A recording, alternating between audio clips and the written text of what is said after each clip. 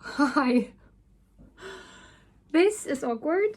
I've been gone for 4 years.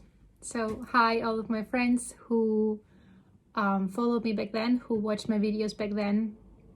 Hi to everyone who's watching now. Hi, my name is Natalia. And I posted a video a bunch of years ago about my then raging rosacea, which I was able to get under control and defeat it. That video has gotten a lot of attention from you guys, and after that I've posted a few times and then I disappeared, and I don't know, I just can't seem to lose that urge to come back and talk to you. And so today I decided it's time, and boy do I have a life update for you. If you want to hear what's been happening the past 4 years, yeah, I think it's been that long, just keep on watching. Whew, this is more difficult than I thought it would be, actually. I thought I'd just hop on and do a quick update and then all good, and then I can start making videos again. But then to summarize 4 years of your life is overwhelming now that I'm actually doing it. So let me just tell you why I was gone for so long, and also why I was gone for so long, or one of the reasons. Well, the biggest life update that happened since then, and I think just the biggest life update for me in general, was that I became a mom. I became a mom. If I turn the camera this way a little bit, then you will see a huge Lego table set up, and then there is a play kitchen, and that tells you I have been a mom for a while now. I became pregnant in early 2019, and then I had my baby boy in September 2019, and just before the pandemic hit, like the first round of it. So by the time he was 6 months old, COVID arrived. So that was something. We also ended up having a baby which wasn't as easily laid down or soothed, or didn't play much when he was really little by himself. So he was held a lot, and he screamed a lot, and he had a lot of tummy aches, and it was just a very rough time. So I had one of those newborn experiences where it's not just, the kid laying in his crib and just being peacefully playing with something. No. No. Didn't have any of that. I had the child that was screaming bloody murder if I wouldn't hold him up. So yeah, Leo is my son. He arrived in 2019, and he's now somewhat 2 years and 3 months old, and is a wonderful toddler who is now speaking and telling me a whole bunch of funny stuff, and it's incredible to see him grow and to see myself grow as a mom. So yeah, it was a ride to become a mom. I've dealt with some what I would only describe myself as a postpartum depression. I think I didn't get a diagnosis back then because it took me months to actually get evaluated and get help and do all those things. So that happened as well. I then also became a single mom. Oh god, that's an update, huh? Yeah. So all that happened, and yeah, but Leo and I are well, and Dad is around and very much, and helps and sees his son, and all is good, and we're on okay terms. Yeah, so all that happened because of COVID, and I don't know if I mentioned it before. I think my last videos I already made in Munich, where I am living right now. And I moved here because I actually back then gave up my little business that I had. I used to be an illustrator. And then I went to work for a big airline, actually, as a ground crew.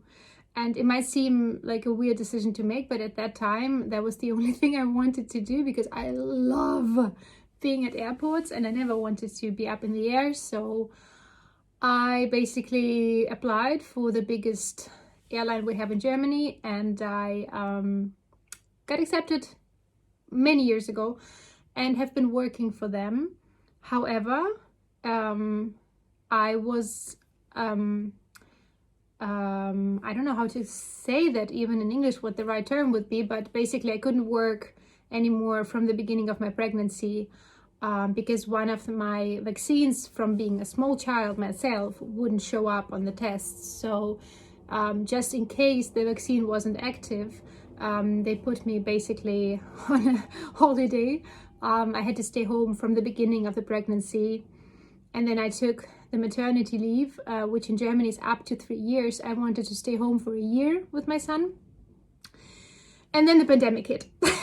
And as you can imagine, for the airlines, it hasn't been fun at all. So many of my colleagues basically can't go to work or have to wait. And the airline, I mean, everyone is struggling in this industry because obviously the traveling situation has been intense and there are many restrictions. And I think many are struggling, and I think my airline is doing pretty okay for that. But I decided to extend my maternity leave to the max,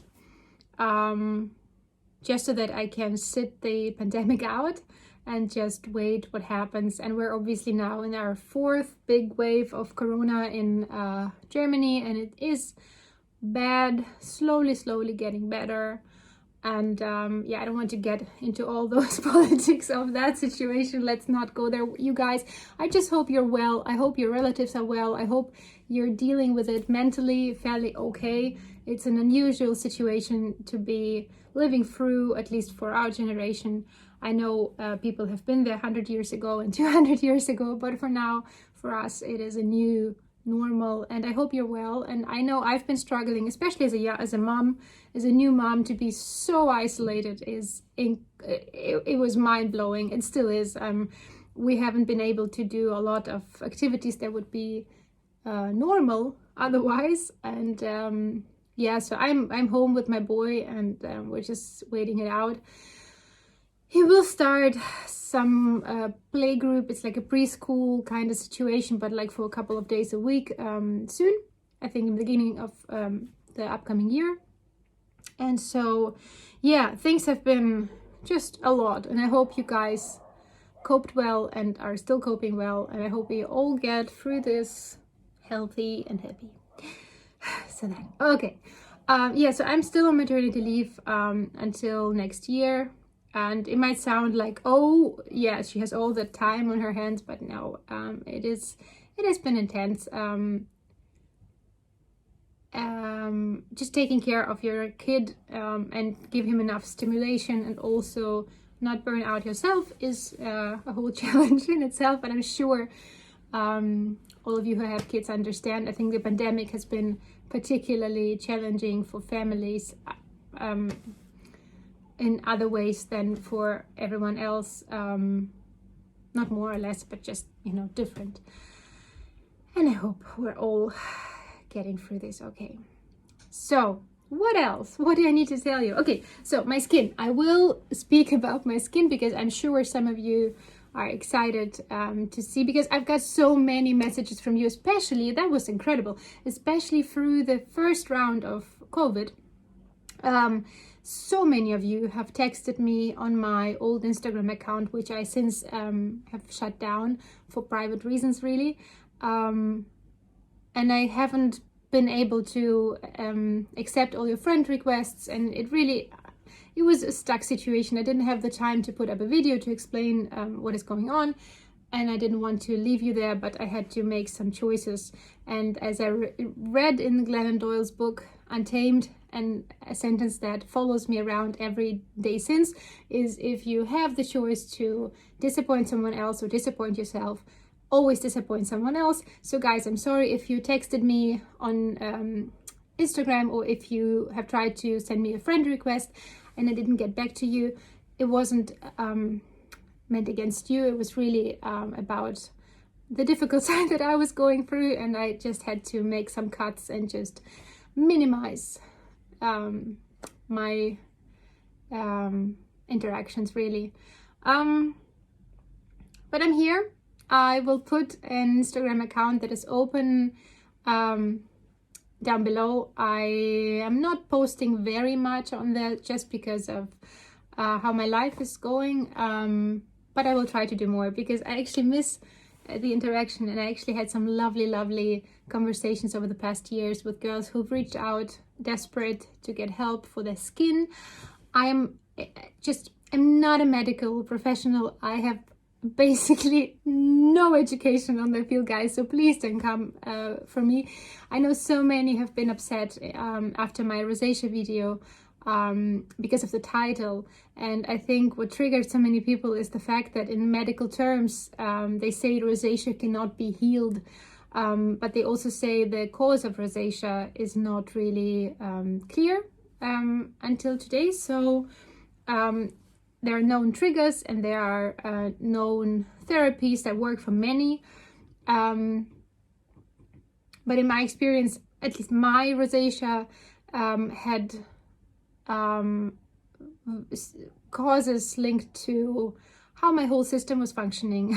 My voice here, whenever I talk about my skin, my voice just goes out the window. And so I think by healing those parts of me, my skin has become so good, and also by giving my skin the proper skincare it accepts and needs, has helped a lot. I will talk about my skin in a separate video just so you guys have it all in one place. I will give you an update. I will show you what I wear on a daily. I will show you what I use on a daily. I will do all of that. If you want, let me know. Also, I mean, I aged, obviously. When I posted the video, I was in my, was I 30 already? I think I was, but it was like around 30-ish. I have now, well, I must have been 30 something, because I'm now 35. And just keep in mind that rosacea onset can happen in the late 20s, early 30s. So it is a transitional, a transitional time if you have any genetic predisposition for rosacea. It might get triggered around that time. Again, the causes for that, I don't know. But what I'm trying to say is my skin is now a little bit more mature. So I've been through some of the transitions already during the time I posted you the video. Just keep that in mind. If you're like in your 20s and, oh, you know what? Actually, what I wanted to add to that is the reason I think so many of you wrote to me during the beginning of the pandemic is, in my opinion, I think we've been stressed so much that many people developed some skin rashes and rosacea over the mental load that we've all been dealing with. And I think this is why so many flare-ups got worse at that time, and then people frantically searched for solutions. Correct me if I'm wrong, guys. Just what I thought might be the cause for you reaching out for me more when I completely dived under and hid under a stone. Under a rock? All right, I don't want to ramble on so much. I hope you're well. I hope you don't mind me hopping on here to give you an update, and I hope we get to chat in the comments down below. I have not been responding to the load of comments on the rosacea video anymore because some of them became plainly difficult to deal with because so many people were so upset by me saying I healed mine. And you know what, my skin is like, if I say I healed my rosacea, I don't mean by that my skin is now perfect or my skin is now not red anymore in that sense. It's just not flaring up like ever.